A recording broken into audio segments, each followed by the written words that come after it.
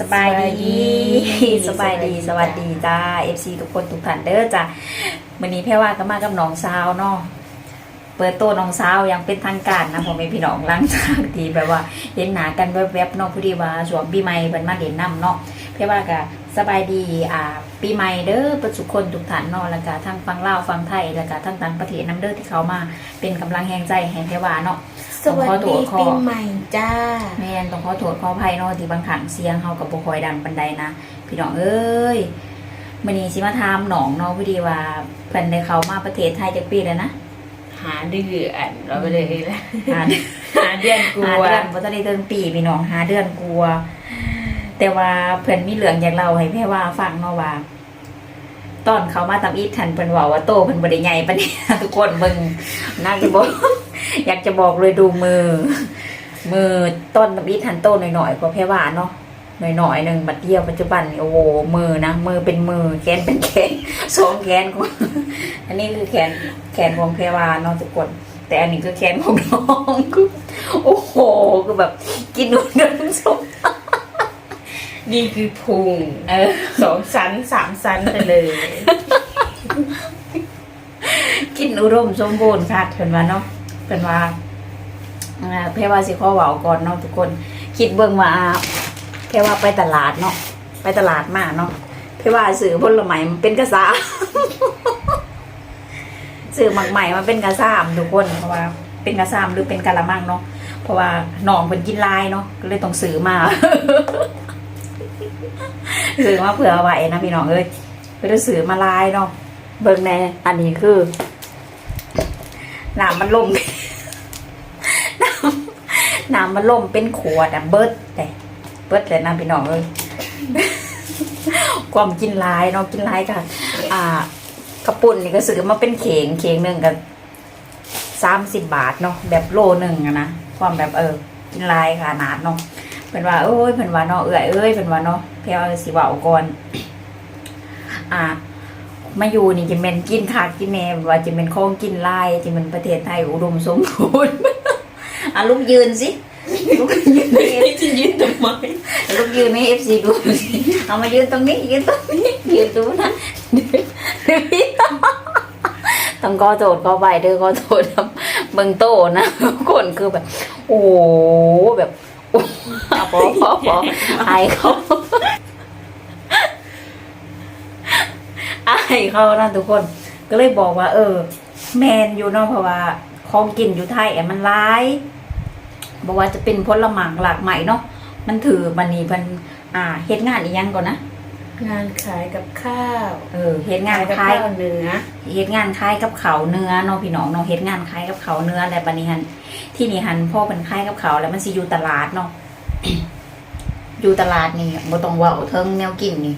คือหลายอยู่แล้วเนาะบัดนี้ก็ซ้ำสิกินแล้วเนาะซ้ำสิกินแหละเรียนยังก็อยากเป็นคนกินหลายแล้ว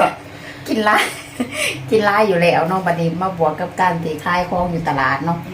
ก็เลยแบบซ้ำสิกินเต็มที่เต็มมัดสิ่งที่อ้วนกับแบบว่ามันเป็นงานที่แบบเฮาเฮ็ดงานแบบประมาณเฮาแล้วเวียกเฮากินข้าวเฮาก็นอนหั่นนะมันบ่แม่นเฮามันเป็นงานที่เฮากินข้าวแล้วเฮาก็นอนเฮาก็พักผ่อนเนาะเฮาก็พักผ่อนนอนหน้าที่นี้หั่นบ่แม่นว่าบ่ได้เฮ็ดเวียกแล้วพ่อแม่พี่น้องเนาะคือนอนหน้าที่เนี่ยคือเพิ่นจะเข้างานช่วงจักโมงนะช่วงสุดตอนเช้าจะเข้างานช่วง 6:00 นมา9:30 นแล้วก็กินข้าวแล้วก็ให้เฮาพักผ่อน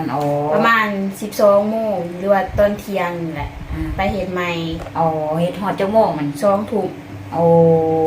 งานเพิ่นเป็นแน่นี่บัดพอไปคายแล้วก็เหมือนกับว่าเฮาก็บ่ค่อยได้ออกกำลังกายเนาะเฮาไปนั่งคายยังประมาณนี้ทุกคนพอมันกินแล้วมันก็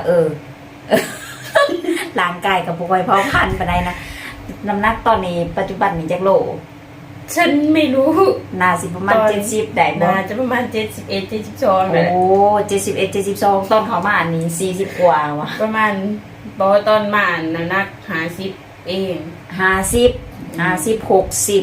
70 72 73ป้ามาได้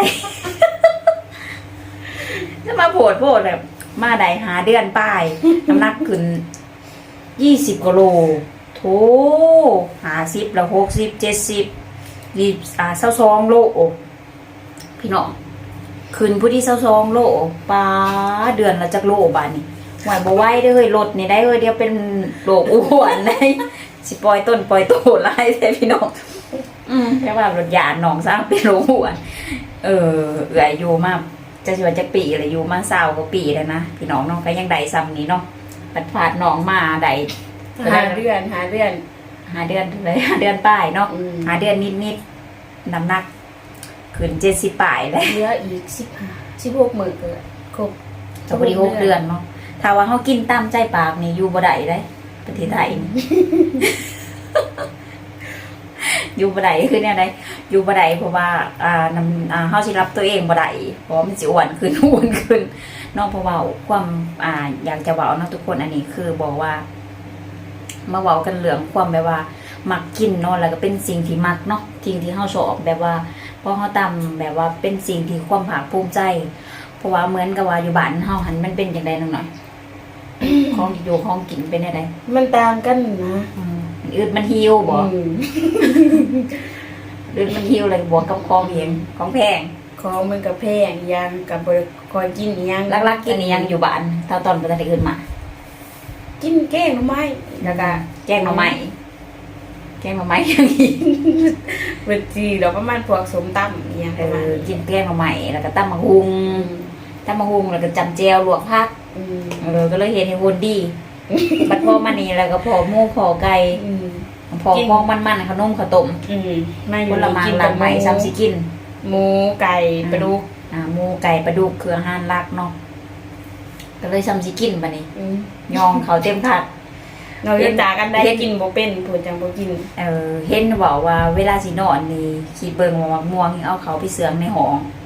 เวลาสินอนยังกินมะม่วง พี่น้องเอ้ยเนาะแปลว่าก็ได้ซื้อมะม่วงมาให้ซะเนาะเพราะว่ากินลายขนาดกินแบบนักหน่วง อันนี้ก็คือเรื่องเราห้องเพื่อนเนาะที่อยากจะถามว่าเป็นจังไดเห็นบอกตอนเขามาตำอิดนะทุกคนแปลว่าเบิ่งเลยว่าน้องเหมือนเป็นคนมากินเนาะเพราะว่าตอนที่ว่าไปหันพอเห็นอีหยังแบบว่าแปลว่าเขาคงเนาะเขาในตัวเมืองนี่ไปซื้อแนวอยู่แนวกินนะก็สิพากันนั่งกินแบบรู้สึกว่ามันอึดหิวเนาะเหมือนกับว่าเฮาหยาดกันกินนะหยาดกันกินแบบว่าเที่ยงกันกินว่าไงซะตามภาษาคนบ้านนอกเที่ยงกันกินหยาดกันกินบางครั้งก็ซื้อมาก็บ่พอกินเนาะซื้อมักสมนี่ซื้อมาโลนึงหรือว่าโลนึงมันก็แพงเนาะโลนึงอยู่บ้านก็ประมาณ6-70 บาทเนาะสมัยแต่ก่อนนะปัจจุบันนี้แห้งแพงค่ะโลละเป็น100กับหน่วยก็บ่ได้ต่างกันปานใดเนาะคิดเบิ่งว่าไข่อยู่บ้านนั้นเดียวนี่ก็ยังหน่วยละ10,000หน่วยละ10,000บาทบ่แม่น10,000บ่แม่น10,000 บาทนะทุกคนหน่วยละ10 บาทเนาะเพราะว่าแค่ว่าได้เห็นหมู่เขาแค่ว่าไข่หน่วยละ10 บาทเพราะว่าเพิ่นไปซื้อหัน4หน่วยเนาะหรือว่า4ฟองนั่นเองนะทุกคน4ฟองน่ะ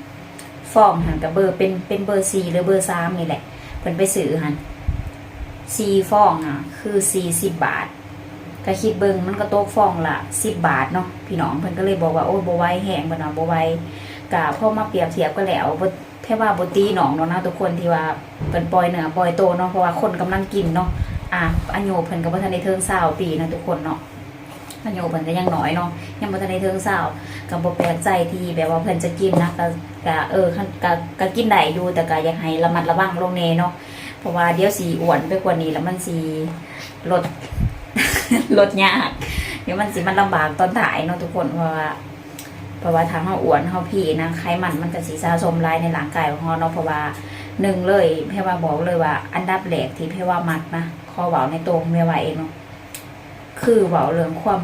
อุดมสมบูรณ์ในเมืองไทยเนาะเพราะว่าของอยู่ของกินผลไม้หลากหลายขนมข้าวต้มเพิ่นสิเอามา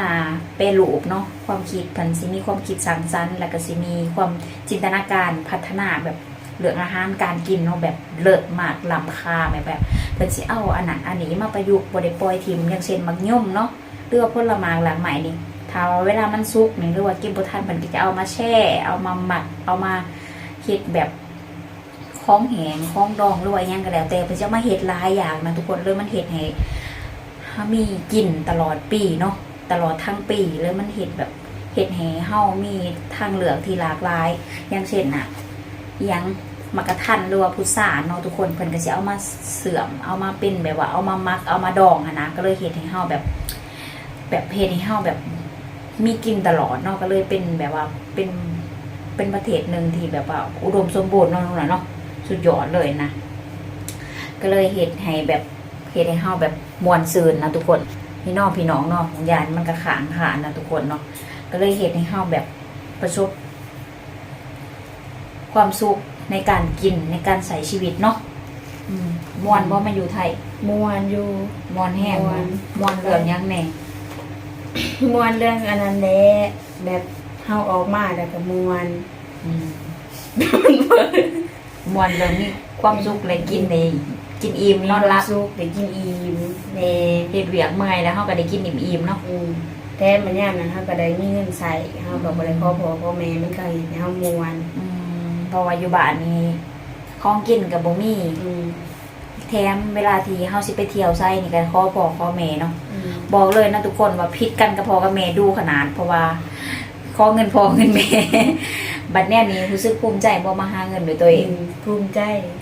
ดีใจได้เนาะมีเงิน ใจ ใช้ ดีใจแหละ อยากกินหยังก็ได้กินโดยที่บ่ต้องขออภัยเนาะนี่แหละคือผลตอบแทนของเฮาที่เฮาอยากจะมาที่หลายๆคนเนาะวัยรุ่นหลายๆคนที่อยากมาเฮ็ดงานอยู่ประเทศไทยนะทุกคนเพราะว่า1เวลาที่เฮาเฮ็ดงานเมื่อยเนาะเฮาก็ได้กินอุดมสมบูรณ์เฮาก็ได้กินเต็มอิ่มเต็มท้องเต็มพุงว่าง่ายซะ2เฮาก็ยังได้มีเงินใส่โดยที่เฮาบ่ต้องไปแบมือขอพ่อขอแม่หรือว่าขอเอื้อยขอน้องแหละหลังจากที่เฮามีเงินใส่แล้วเฮาก็ยังมีเงินเก็บเฮาอยากได้หยังเฮาก็สิได้แม่นบ่ล่ะอยากเสริมช่วยเฮาอยากเฮ็ดหันเฮ็ดนี่ได้ซื้อเสื้อผ้างามๆมาใส่เฮาก็ได้ใส่เฮาก็ได้ใส่โดยที่เฮาบ่ต้องขอผู้ใดนะพี่น้องเพราะมันก็คือแบบนี่แหละเนาะทุกคนรักทานเนาะนี่เว้าปุ๊บก็กินปั๊บนั่นกินตอนเนื้อ น้องบ่แม่นพี่น้องคลิปนี้ก็บ่มีหยังหลายนะทุกคนแค่ว่าก็เห็นเด่นน้องมาอยู่นำเนาะก็เลยแบบเกิดความสุขนะเลยสิบ่มีหยังสิเว้าเนาะน้องจักถามเพิ่นในสิ่งที่เพิ่นมักเนาะก็อยากจะบอกว่าตั้งใจเฮ็ดงานเก็บเงินเนาะเพราะว่าเฮามาอยู่นี่ก็แม่นว่าเฮามวนซื่นโฮแซวแต่สิ่งที่เฮาอยากจะให้น้องเพิ่นเฮ็ดนะทุกคนคือกินให้น้อยๆลงแน่จักหน่อยเนาะ เป็นห่วงสุขภาพนะทุกคนแล้วก็อยากให้เพิ่นเก็บเงินเนาะปีใหม่ผาใหม่แล้วก็ได้เพราะว่าการเฮ็ดงานก็ตั้งใจเฮ็ดงานเนาะสิ่งที่เฮาต้องมีในการเฮ็ดงานนะอยากจะบอกไว้เลยในฐานะที่เป็นเอื้อยเนาะ สิ่งที่เฮาสิมีในการเฮ็ดงานเนาะทุกคนก่อนที่จบคลิปเนาะไม่ว่าก็สิบอกน้องเนาะคือความขยันแล้วก็ซื่อสัตย์เฮาสิไปอยู่ไสก็แล้วแต่นะบ่ว่าเฮาสิเฮ็ดหยังก็แล้วแต่สิ่งสำคัญที่สุดคือเฮาต้องซื่อสัตย์ต่อหน้าที่การงานและซื่อสัตย์ต่อยังก็แล้วแต่เนาะอย่างเช่นบ่เฮาบ่มือไวตีนไวมือไวตีนไวในแนวนี้บ่แม่นเพิ่นเฮาเห็นเพิ่นว่างอิหยังไหวอิหยังก็แล้วแต่เฮาก็อยากได้แล้วก็จับไปจังซั่นจังซี่นะทุกคนเอาแบบเล็กๆน้อยๆก็บ่ได้มือคือสิเป็นเงินเป็นคำก็แล้วแต่เฮาไปขายเครื่องขายของเนาะขายกับเขาวกับน้ำให้เจ้านาย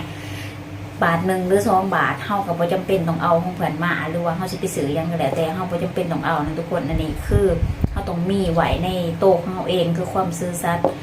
เชื่อเถอะว่าเฮาไปอยู่บอนใดก็แล้วแต่ทุกคนคุณงามความดีที่เฮาได้เฮ็ดน่ะและมันก็สิสะสมเฮาให้เฮาขอแต่บอนดีๆแต่สิ่งดีๆและเฮาก็สิมีความเจริญก้าวหน้าไปเรื่อยๆเพราะว่าการที่เฮาแบบอันนี้มานะทุกคนอันนี้คือแค่ว่าก็จะบอกน้องเนาะจะสอนน้องเพราะว่ามันจะได้รับความภาคภูมิใจแล้วเฮาจะมีความสุขให้ว่าบอกเลยนะว่าถึงสิไปเฮ็ดงานอยู่ไสก็แล้วแต่คิดว่าลำบากแต่มันบ่ได้ลำบากถึงขั้นว่าต้องแบบโอ้โหทำไมชีวิตในการทำงานมันแย่จังเลยยังประมาณนี้คือหลายๆคนหลายๆบอลเนาะที่เพิ่นเล่าให้ฟังข่อยคือเฮ็ดงานลำบากเอื่อยถูกเจ้านายหายเจ้านายด่าว่าบ่ม่วนคำหยาบคำข่ายแค่ว่าก็บ่โหเนาะทุกคนความคิดของเฮามันบ่คือกันเนาะมันหลายบอลหลายทีมคือกันอันนี้คืออยากฝากน้องไว้เนาะนี่แหละก็คือเฮาต้องมีความแบบซื่อสัตย์นี่แหละทุกคนคือเพิ่นมักจะเว้าเสมอว่าคดกินไม่นานน่ะซื้อกินไม่หมดคดกินบ่นานเนาะทุกคนคำนี้คือเราต้องใส่ได้แล้วเราก็ต้องจำไว้ขึ้นใจเนาะนี่แหละเนาะทุกคนมียังสิบอกกับ FC บ่มียังโอ้ยแบบว่าเบาจนเมื่อยเลยทุกคนน้องกับเบาเนาะโอเคแล้วจ้ะเนาะคลิปนี้แค่ว่าก็ต้องขอบพระคุณเนาะ FC ทุกคนทุกท่านที่เบิ่ง เฮา2คนเอ่ยน้องจนจบคลิปเลยจ้ะเนาะแล้วก็ยังคอยซอยสนับสนุนโดยการเบิ่งโฆษณาให้แพรว่านำอีกแพรว่าก็ต้องขอกราบขอบพระคุณหลายๆเด้อเนาะและก็ขอให้ทุกคนทุกท่านจงมีความสุขเด้อในปี2016เนาะหรือว่า2023ตลอดปีแล้วก็ตลอดไปเด้อจ้ะเด้อแพรว่าก็เอาหนองมาฝากเนาะตอนพี่ตอนหนองนะทุกคนก็แนวนี้แหละหนองเนาะทุกคนก็สู้เอื่อยบ่ได้นะความงามนะทุกคนนะ โอเคจ้าไปแล้วเด้อสบายดีสวัสดีค่ะ จ้าสวัสดีปีใหม่นะจ้า จ้า บ๊ายบาย